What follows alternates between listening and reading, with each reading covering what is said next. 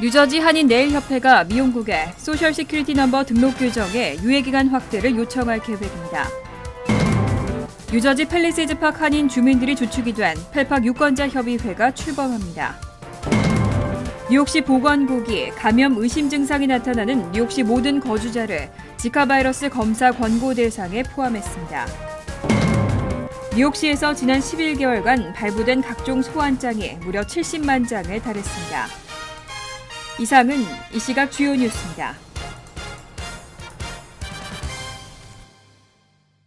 여러분 안녕하십니까? KBN 뉴스입니다. 이달부터 소셜 시큐리티 넘버 없이는 뉴저지주에서 내일 면허를 갱신할 수 없게 됐는데요. 뉴저지 한인내일협회는 관련 규정의 유예기간을 추가로 확대해달라고 요청할 계획입니다. 뉴저지 한인내일협회는 오는 25일 주 미용국과 면허 발급기구 아닌 뉴저지주 소비자 보국 담당자와 회동을 갖고 소셜 시큐리티 넘버 없이도 라이선스 갱신이 가능할 수 있도록 유예기간을 확대해달라고 요청할 계획입니다. 그동안 뉴저지 내일 면허는 텍스 아이디만 있어도 갱신이 가능했었습니다. 주 당국은 2년 전부터 소셜 시큐리티 넘버 없이는 면허 갱신을 불가능하도록 한 규정을 시행할 계획이었지만 내일업계의 요청으로 2년간 유예기간을 두고 이번 갱신 기간부터 적용하고 있습니다. 내일협회 나수용 회장은 면허갱신 규정 강화로 인해 생기는 인력 부족 등의 문제로 폐업하는 업소들도 많이 생길 수 있고 이로 인해 한인뿐 아니라 뉴저지주 전체의 경제적인 손실이 불가피해질 수 있다고 강조했습니다. 때문에 내일업계가 직면한 문제들을 관련 부처에 잘 전달하고 원만하게 합의점을 도출해낼 수 있도록 최선을 다하겠다고 밝혔습니다. 업계에 따르면 뉴저지주 내일 라이선스 갱신 기간은 8월 1일부터 9월 30일까지로 소비자 보호국 웹사이트를 통해 신청을 받고 있습니다. 뉴저지 팰리세이즈팍 한인 주민들이 주축이 된 펠팍 유권자협의회가 출범합니다. 한인들이 정치적 영향력을 행사할 수 있도록 발판을 만들겠다는 취지입니다. 지난 8일 펠팍 타운의회는 특별회의를 열고 표결 순서까지 바꿔가며 조닝 변경 조례안을 통과시킨 바 있습니다. 이에 조닝 변경안 반대에 앞장서온 일부 주민들은 펠팍 유권자협의회를 구성하고 자발적인 권리 찾기에 나서겠다는 입장입니다.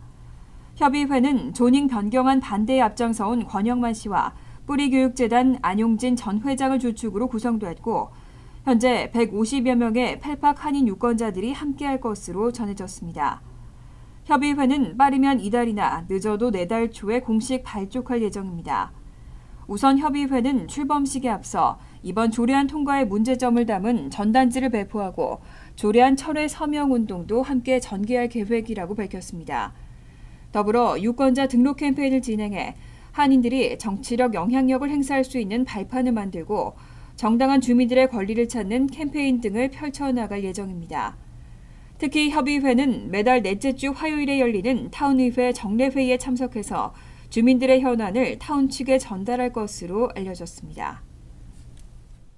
고고도 미사일 방어 시스템 사드의 한국 배치 철회를 요구하는 백악관 청원에 서명자가 10만 명을 넘어섰습니다. 지난달 15일 백악관 청원 사이트 위더피플에 개설된 사드 배치 결정 철회 청원에는 개설 26일 만인 10일 기준 10만 6명이 서명했습니다. 위더피플에 제출된 청원이 제출일로부터 30일 이내에 10만 명 이상의 서명자를 확보하면 백악관은 이에 대해 공식 검토하게 됩니다. 미주 한인들이 올린 이번 청원은 한미 정부가 사드 배치 지역 주민과 국민들의 강한 반대에도 불구하고 한국 내 사드 배치에 합의했다고 지적했습니다. 또 북한 미사일에 대한 대응과 안전을 위해 사드를 배치한다고 했지만 이것은 중국과 러시아의 군비 경쟁을 확장하고 동북아시아 지역의 긴장을 높일 것이라고 강조했습니다. 청원은 이어 한국과 주변 국가의 지속 가능한 평화 체제를 구축하기 위해서 어느 때보다 협상을 통해 긴장 관계를 완화해야 할 때라고 사드 배치 철회를 요구했습니다. 한편 사드 배치 철회를 요구하는 이번 청원에 백악관은 60일 내에 공식 답변을 해야 합니다. 뉴욕시 보건국이 지카 바이러스 감염 검사 권고 대상을 대폭 확대했습니다.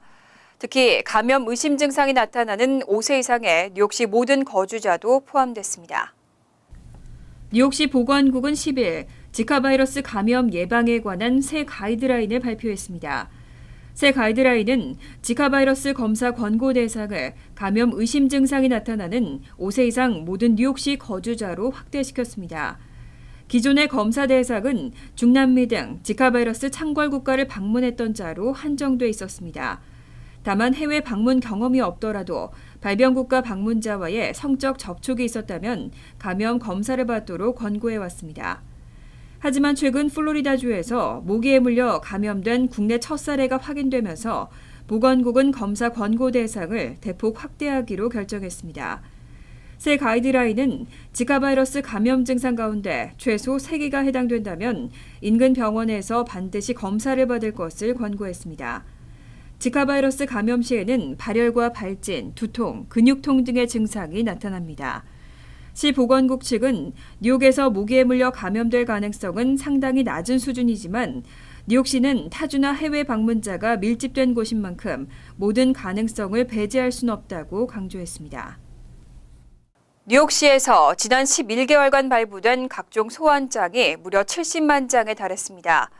주차 위반 티켓은 6만여 장에 불과했는데 청소국과 공원국, 위생국에서 각종 티켓을 남발하고 있다는 비난이 나오고 있습니다. 청소국과 공원국, 보건국 등 10개 정부기관에서 2016 회계연도에 발급한 소환장이 총 69만 4,273장으로 2010년 이후 역대 최고치를 기록했습니다. 이 중 주차 위반 티켓은 6만 772장에 불과했고 이를 제외하면 인도의 쓰레기 처리 미흡, 레스토랑 청결 기준 위반 등으로 발부된 티켓만 63만 3,501장에 달했습니다. 지난 회계연도에 주차 위반 티켓을 제외하고 발부된 티켓 62만 3,758건보다 9,743건이나 증가했습니다. 이에 시민권익 옹호자들은 빌 드블라지오 시장의 서민생활 개선 정책에 대한 비판을 쏟아내고 있습니다. 드블라지오 시장은 당선 전 선거 공약 중 하나로 불필요하고 과도한 소환장 발부 문제 개선을 내세운 바 있습니다. 하지만 오히려 상황이 더 악화됐다는 지적입니다. 하지만 이와 관련해 시정부는 정반대 입장을 보였습니다. 시장실 측은 뉴욕시가 소기업 안정 패키지 프로그램을 통해 자영업자 등에게 발부된 티켓 벌금을 500만 달러나 감축했고 이는 드블라지오 행정부의 노력이 빛을 보고 있는 것이라고 강조했습니다. 델타 항공의 비행편 취소가 사고 발생 사흘째인 10일 오전까지 이어졌습니다. 델타 항공이 21일까지는 비행편 취소에 따른 예약 변경 수수료를 부과하지 않겠다고 밝혔습니다. 델타 항공 측은 10일 오전에만 150편의 비행을 취소시켰습니다. 다만 오후부터는 정상을 찾기 시작했습니다. 델타 항공은 지난 8일부터 10일까지 예약 비행편이 취소돼 새로운 비행 스케줄을 잡아야 할 경우 오는 21일까지는 예약 변경 비용을 부과하지 않는다고 밝혔습니다. 애초 오는 12일까지만 예약 변경 수수료 웨이버 정책을 적용하기로 했지만 비행편 취소와 지연 출발이 워낙 많은 만큼 기간을 좀 더 연장했습니다. 예약 변경 비용은 국내선 200달러에서 국제선의 경우 500달러까지입니다. 이와 별도로 델타는 비행편 취소 및 3시간 이상 지연 출발로 불편을 겪은 고객들에게 200달러짜리 바우처를 지급할 계획입니다. 한편 델타 항공의 이번 사태는 지난 8일 애틀랜타 본사에 전기를 공급하는 조지아 파워의 정전에서 비롯됐습니다. 정전으로 전산 시스템이 마비되면서 사고 첫날에만 무려 1,000편의 비행이 취소됐고 3,000건의 지연 출발이 잇따랐습니다. 9일에도 700여 편의 비행이 취소되고 2,400여 편이 지연 출발하면서 수천 명의 여행객이 큰 불편을 겪은 것으로 확인됐습니다. 뉴저지주 전역의 수돗물에서 유해 화학물질인 테프론이 다수 검출됐습니다. 특히 한인 밀집 지역인 버겐 카운티는 검출된 샘플 수가 가장 많은 지역에 포함됐습니다. 하버드대는 지난 2013년에서 2015년까지 전국에서 수돗물 3,600개 샘플을 수집해 분석했습니다. 그 결과 뉴저지주는 675개 샘플 중 약 10%에서 연방환경보호청이 정한 기준치 이상의 테프론이 검출됐습니다. 캘리포니아에 이어 전국에서 두 번째로 높은 검출 비율입니다. 카운티별로는 한인 주민이 많은 버겐 카운티를 비롯해 미들섹스, 아틀랜틱 등 9개 카운티의 수돗물 샘플에서 기준치 이상의 테프론이 검출된 것으로 나타났습니다. 특히 버겐 카운티의 경우 테프론이 검출된 샘플 수가 가장 많은 지역으로 꼽혔습니다. 테프론은 카펫 얼룩 제거제부터 프라이팬 코팅에 이르기까지 산업 전반에 걸쳐 사용되는 화학물질로 암이나 호르몬 이상, 비만과 고혈압 등을 유발할 수 있습니다. 연구팀은 테프론의 화학 구조가 인간의 호르몬과 매우 비슷하기 때문에 일정량 이상을 섭취하면 인체 내 호르몬 체계를 교란시키고 각종 질병의 원인이 될 수 있다고 경고했습니다. 연구팀은 전국 최대 600만 명이 테프론 오염 수돗물에 노출됐을 가능성이 있다고 추정했습니다. 뉴욕, 뉴저지주 체감 물가가 전국 최상위권으로 나타났습니다. 워싱턴 DC와 하와이주가 전국 1, 2위를 기록했고 뉴욕과 뉴저지는 3, 4위에 올랐습니다. 상무부 경제분석국의 발표에 따르면 2014년 기준 전국 주별 실질 물가지수에서 뉴욕과 뉴저지주는 전국 평균인 100보다 15%가량 높은 115.7과 114.5로 조사됐습니다. 뉴욕과 뉴저지는 전국에서 세 번째와 네 번째로 물가가 비쌌습니다. 실질 물가지수란 100달러가 갖는 실제 화폐 가치를 도출하는 데 활용되는 지표를 의미합니다. 상무부의 발표 결과 전국에서 체감 물가가 가장 높은 주는 워싱턴 DC로 118.1을 기록했고 하와이주가 116.8로 그 뒤를 이었습니다. 반면 미시시피주는 86.7로 전국에서 가장 낮았습니다. 한편 메트로폴리탄 지역별로는 하와이주 호놀룰루의 실질 물가지수가 123.5로 가장 높았고 캘리포니아주 산호세, 써니베일, 산타클라라가 122.9, 뉴욕, 뉴악, 저지시티 122.3이 그 뒤를 이었습니다. 이를 토대로 보면 체감 물가가 가장 비싼 워싱턴 DC의 100달러 가치가 가장 낮고 체감 물가가 가장 싼 미시시피주가 가장 높은 것으로 나타났습니다.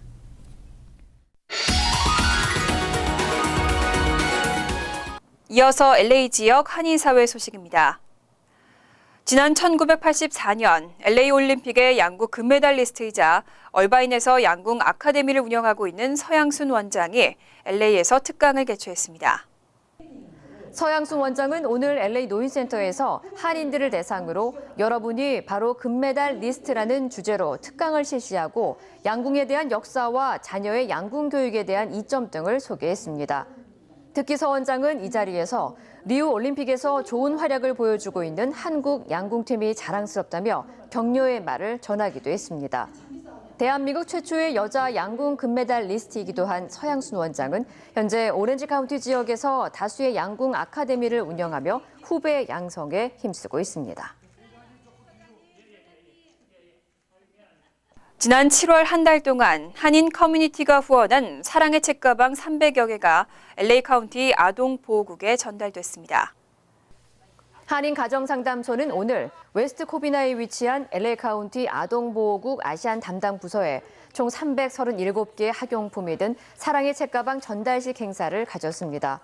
특히 오늘 전달된 책가방과 학용품은 한매은행과 개인 후원자들의 기부금으로 마련됐으며 모든 책가방은 한인 위탁 가정뿐만 아니라 청각 장애인, 아메리칸 인디언 위탁 아동들에게도 일부 배부될 예정입니다. 한편 한인 가정상담소 측은 LA 카운티에 현재 675개의 아시안 위탁 가정이 있으며 한인 위탁 가정만 40개가 넘는다고 밝혔습니다. 월드리포트입니다. 덥다는 말로도 모자랄 만큼 더운 날씨입니다.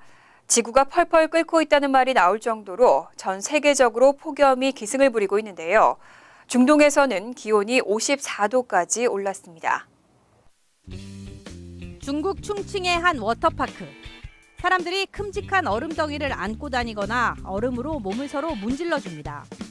40도에 육박하는 무더위에 물놀이로도 더위가 가시지 않는 탓입니다. 장수성의 지하철역은 더위를 피해 나온 시민들로 북적댑니다. 아예 나들이를 나온 듯 돗자리까지 챙겨 나온 가족들도 많습니다.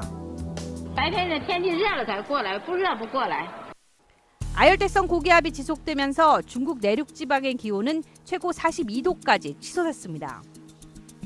지면 온도는 50도를 넘어 노점에서 팔던 계란이 병아리로 부화하는가 하면 주차돼 있던 차에서 불길이 치솟는 아찔한 사고가 벌어지기도 했습니다. 이라크에는 50도를 넘나드는 살인적인 더위가 닥쳤습니다. 지난 22일엔 남부 바스라의 수온지가 54도까지 치솟아 역대 세계 기록 2위를 기록했습니다. 전쟁 후유증으로 전력과 식수까지 부족해 시민들은 말 그대로 더위와의 사투를 벌이고 있습니다. جينا ناخذ ثلج لان الثلج دنيا حاره وما جاي يتوفر عندنا لا الكهرباء لا تلحق ثلاجاتنا لا تلحق مجمداتنا الكهرباء ما متوفره عندنا. 미국에는 40도를 웃도는 슈퍼 폭염이 몰아쳐 27개 주에 폭염 경보가 내려졌습니다. My daughter doesn't want to put any clothes on, just her swimsuit. 도시마다 더위를 식히기 위한 자구책을 마련하고 있지만 더위에 취약한 노인과 어린이 등 인명 피해도 잇따르고 있습니다. 전 세계적으로 찜통 더위가 기승을 부리고 있는 이유는 열돔 현상 때문입니다. 대기권 중산층에서 발달한 고기압이 오랜 기간 정체해 뜨거운 공기를 지면에 가둬놓고 있다는 겁니다. And inside of that glass greenhouse, surfaces are warming up, but that glass does not allow that heat to go back, to leave. 세계 기상기구는 올해 6월까지 14개월 연속 기온과 해양 온도가 월간 최고 기록을 경신했다며 올여름이 가장 무더운 해가 될 것으로 전망했습니다. 탄소가스 배출을 당장 줄이지 않으면 폭염과 폭우, 산불과 가뭄을 몰고 오는 기상이변은 더욱 심각해질 거란 경고도 덧붙였습니다.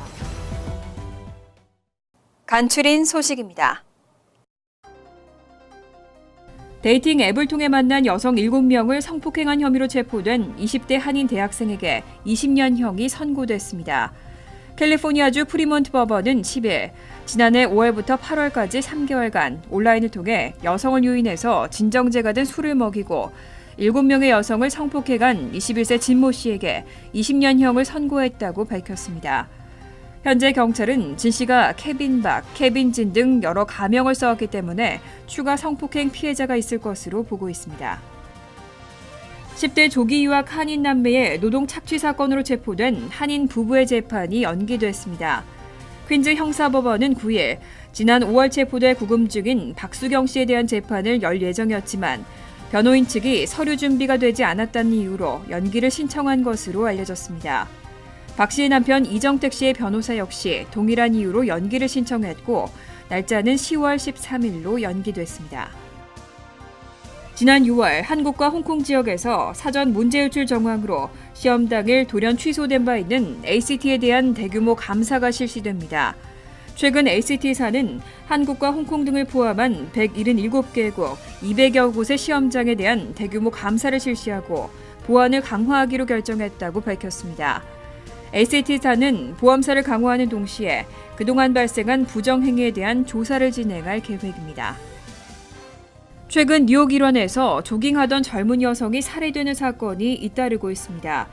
경찰은 지난 7일 오후 1시 뉴욕시 구글지사에서 근무하던 27세 여성이 프린스턴의 어머니 집에서 조깅을 하러 나간 뒤 피살된 채 발견됐다고 밝혔습니다. 앞서 지난 2일에는 퀸즈 스프링 크릭팍에서 조깅을 하던 30세 여성이 피살된 채 발견돼 경찰이 수사를 진행하고 있습니다. 환율과 증권 소식입니다.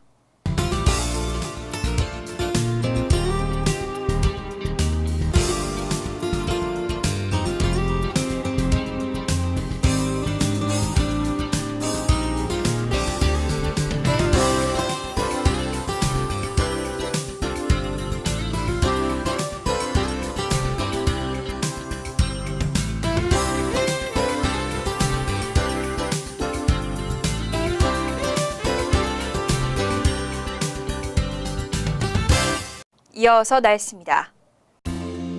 금요일은 덥고 습도가 높은 가운데 곳에 따라 천둥 번개나 소나기가 오겠습니다.